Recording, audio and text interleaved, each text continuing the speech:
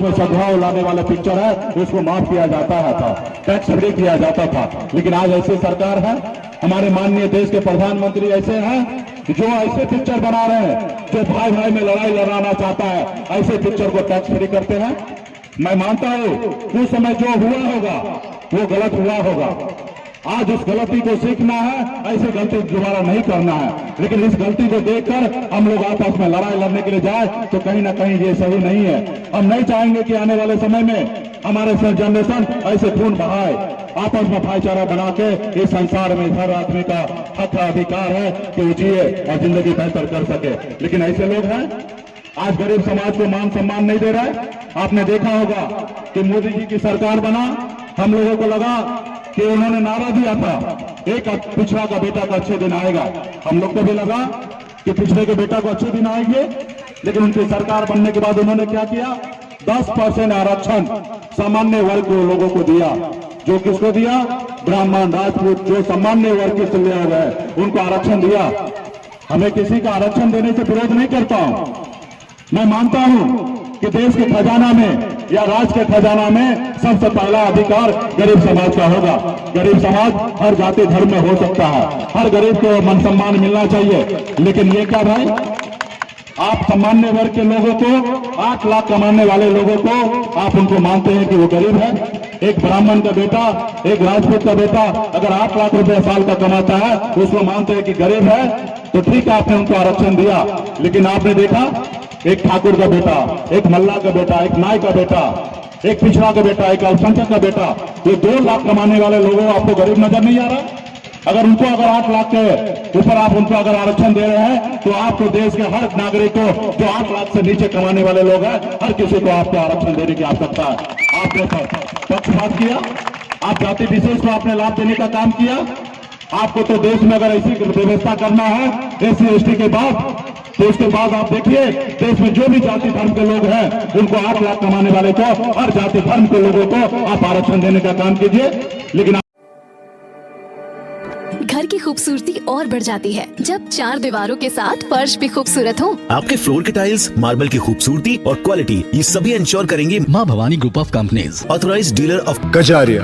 देश की मिट्टी से बनी टाइल से देश को बनाते हैं। Johnson, Orient Bell and all kinds of Indian imported granite and marble. माँ भवानी ग्रुप ऑफ कंपनीज, मतलब a complete floor solution, new 0 mile, Dadar road, Muzaffarpur.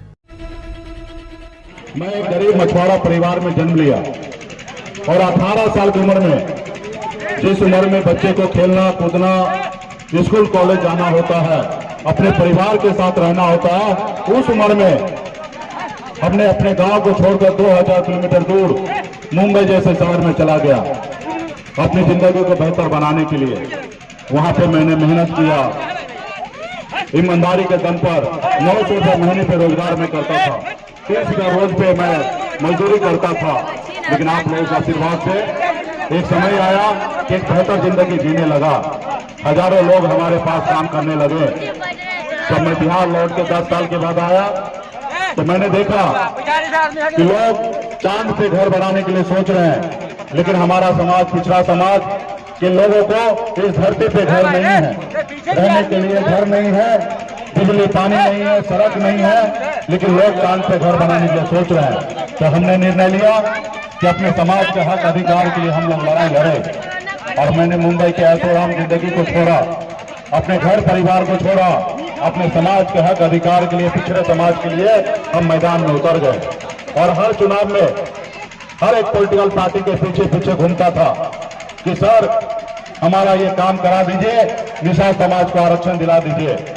अगर देश एक है, देश के प्रधानमंत्री एक है, देश के संविधान एक है, तो हमारे साथ भेदभाव क्यों हो रहा है? जब बंगाल में निषाद को SC ST का आरक्षण मिल रहा है, जब दिल्ली में SC ST का आरक्षण मिल रहा है निषाद को, निषाद के सभी उपजाति, बिंदुदान, नोनिया मला सभी उपजाति को मिल रहा है, तो बिहार में क्यों नहीं मिल रहा है? इसकी हम लड़ाई लड़ रहे थे। हर चुनाव में हर पॉलिटिकल पार्टी कहते थे कि सहनी जी आप हमको मदद कीजिए और चुनाव के बाद हम आपका काम करेंगे।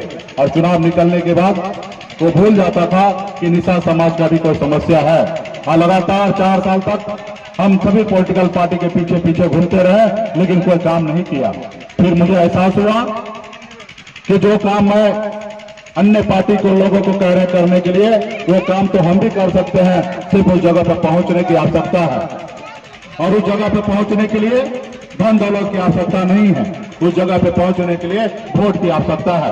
और आपके वोट में इतना ताकत है कि आप देश के प्रधानमंत्री बनाते हैं, आपके वोट में इतना ताकत है कि राज्य का मुख्यमंत्री बनाते हैं।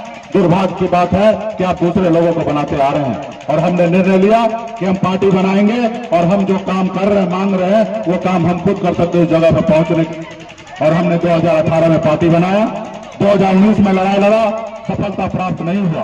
यूपीए गठबंधन से हमने लड़ाई